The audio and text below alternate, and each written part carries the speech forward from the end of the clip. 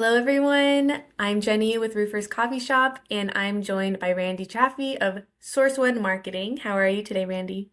Jenny, I am great. How are you? I'm pretty good too, thanks. Awesome. Awesome. Awesome. Well, we're excited to kick off January with our um, this month's influencer question, which is how can roofing contractors use the off season to tighten operations and improve job site efficiency? Man, that's a great question, Jenny, because I think the first thing is remember it's a short time between here and April. And I think we all think that's a long time, right? It's forever till June. No, it's not. And it's certainly not forever until the season really kicks off. I mean, I'm in the South most of my life, even though my work or sales world is in the North. So I go back to the snow. I think we can sit there and go, oh, it's snowing, it's cold, and we can't do much work. We got time. And I think that is probably the biggest killer you're going to have to think we have time because, all of a sudden we blaze through the holidays, right? All of a sudden we're going to blaze through the college playoffs and we're going to blaze through the Super Bowl. And all of a sudden it's February 28th and then it's March 15th and we haven't done anything, right? And so I think it's really important first to identify that we have to use this time because to me as a rep and that's where I kind of come from in most of my experience, even though I was a builder about 7 million years ago. The pyramids, I'm not saying I built them, but I was involved. But anyway, but the point is there's limited time, but some of the most valuable time because planning time, uh, tightening up our policies and procedures, hiring those new people and onboarding them. We had a chat, one of us, I think, in one of the coffee shops a while back about if do we need new people? If we need new people, I understand the economy of that. Well, we're not busy yet. So let's wait till we're busy. But then you have a brand new employee that knows nothing when you're busy. And I think it's a cost of doing business if you can do it.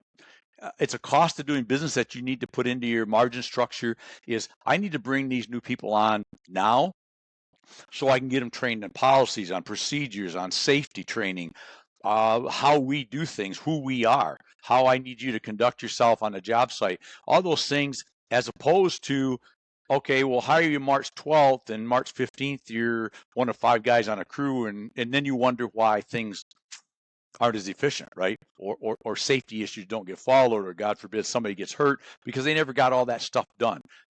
Now's the time to do it.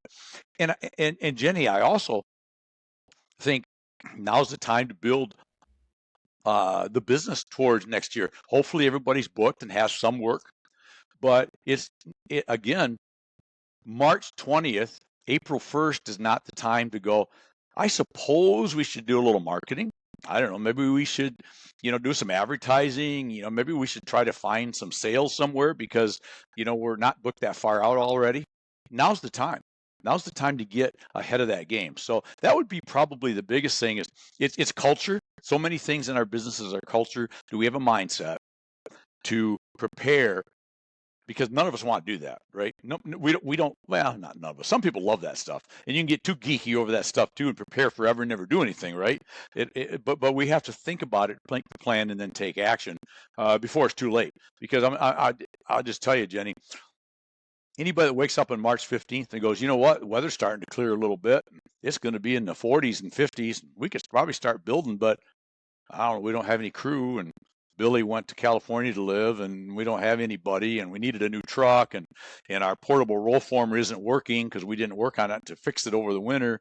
Yeah, it's kind of you're going to get what you get with that, right? I think it's so important for people to get the ball rolling now versus waiting and expecting everything to be ready. Exactly. And like I said, because I really it's important because that's where my world is in the sales and marketing world. Mhm.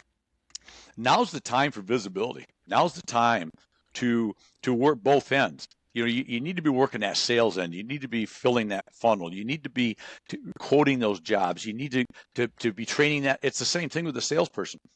If you have a salesperson or two, you lost one, or you've geared up and I need to hire the third one or whatever that number is.